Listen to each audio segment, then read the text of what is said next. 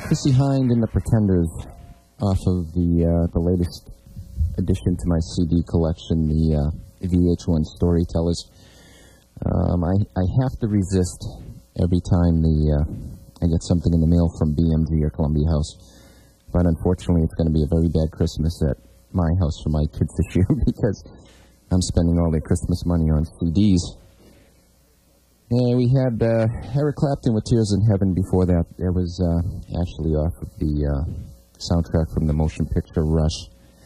And Leonard Skinner, the Ballad of Curtis Lowe. If you were tuning in earlier, obviously listening to the Trip Show, we did a special show tonight for Gordon Rowell, who passed away on Tuesday. He used to be a DJ here. Be quite honest with you, I didn't know Gordon. I was talking to his brother Harry, who's here earlier. The house that I live in is just down the road from where they used to live up in Bradford. Courtney Rowell is here as well. Courtney, I know from New England College. I've been here since 1987, and she was a student here. Has since graduated and moved on out to the West Coast. And Harry and I were talking about some of the finer things of Silver Hill Road up in Bradford, including if you continue on down the road beyond where they maintain certain spots where you really don't want to be driving. But we've all been out there one or two times, and we're able to talk about it and laugh about it and everything else. And anyways, I'm going to continue on with some music. If you got a request, the number is 428-2278. If you're on the internet, you can email us at requests@WNEC.org. And going to get into some live Bruce Springsteen right now off of his live 75-85 CD.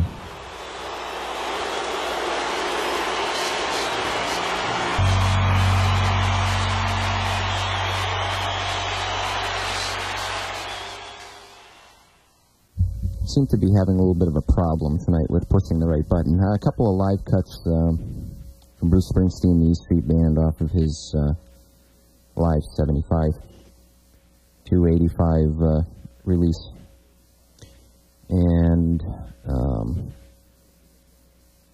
as I usually do at midnight, I'm going to be getting back to some Springsteen in just a minute. At midnight, I've been going over what's been happening on this date in rock and roll history, and I'm gonna continue with that. I think it's somewhere around midnight. As I said last week, our clock in the studio wasn't working, and it's still not working. It's actually not even on the wall anymore. So, given the fact that it is right around midnight, we're going to go over what happened on this date on December 1st in rock and roll history. Birthdays on this date: 1945, Doors drummer John Densmore was born. Also on this date, 1951, Eric Bloom of Blue Oyster Cult. He is 49 years old. 1957, Ed Sullivan presents 3 rock and roll acts, each of them making their first national television appearance. Buddy Holly and the Crickets, Sam Cooke and the Rays. 1966 on this date, the Mamas and Papas earned their 4th gold record for their album Cass, John, Michelle, and Denny. In 1976, the Sex Pistols appear on the British television Today Show as a last-minute replacement for the group Queen. The interviewer, Bill Grundy, provokes bass player Glenn Matlock, who says the F word. The resulting uproar has the Pistols banned from appearing in all but 5 of the cities on their current tour. And Billy Joel in 1977 released The Stranger, which will make it to number 2 on the charts and propels him to superstardom. In 1978, Ian Dury and the Blockheads released Hit Me With Your Rhythm Stick. It reaches number 1 in the UK and will sell 2 million copies worldwide. Coincidentally, it never makes it onto the U.S. charts. 1980, a 9-piece version of the Talking Heads band, starts a short tour of the UK. Interesting enough, a new Irish band will open for the group, and that group is U2. 1982, Michael Jackson's Thriller is released, and we won't say any more about that. 1988, Steve Winwood and his wife Eugenia welcome a daughter, Elizabeth Dawn, to the world. And in 1994, rapper Tupac Shakur is convicted of sexually assaulting a woman in a hotel room. This happened the day after he was shot 5 times. And it's probably now December 2nd, so we'll go over what happened on December 2nd on this date. In rock and roll history, Def Leppard's Rick Savage is born in 1960. 1970, Eric Burdon launches his Curb the Clap bumper sticker campaign, calling VD the #1 sickness in the record business. For every donation that is made to the LA Free Clinic, Burton sends out a Curb the Clap bumper sticker. Carly Simon releases You're So Vain on this date in 1972. So who's the song about? Is it about Mick Jagger or is it about Warren Beatty? You decide. 1973, after a show in the Montreal Forum, The Who are jailed for causing $6,000 worth of damage to their hotel room. Bass player John Entwistle will pen the tune Cell Block Number 7, celebrating the event.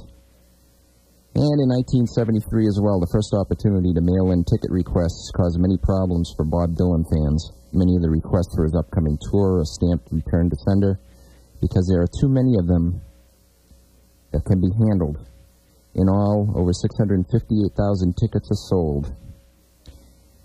Lead singer Annie Lennox in 1986 rips off her bra while performing Missionary Man before 10,000 people at a Eurythmics concert in Birmingham, England. In 1988, KISS members Paul Stanley and Gene Simmons joined Willie Nelson on the Geraldo show to discuss the topic of the day, sex on the road. And, you know, the interesting thing about this is for some crazy reason I saw this show. And the audience was about 98% women, and they kept asking Gene Simmons to stick his tongue out. In 1998, Jimmy Buffett performs a benefit concert in his hometown of Mobile, Alabama. It's the first time he's been home in 8 years. Okay. I have another Springsteen song. This one is off of his Tracks release that he came out with, I don't even know when this came out, 2 years ago. And while I've been playing Springsteen songs, Harry and I have been talking about Gordon and the love that he had for Bruce Springsteen music. And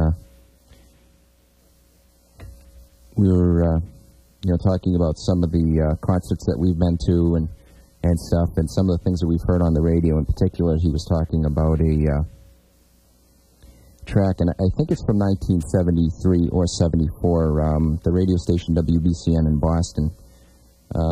Springsteen, back before he was making national headlines, he went and brought his guitar into the studio and did an acoustic version of Rosalita that we were both we were talking about, because we both remember that version. And Harry said that he even has it on tape, and next time he passes through, he's going to try to get a copy for me, which I would greatly appreciate.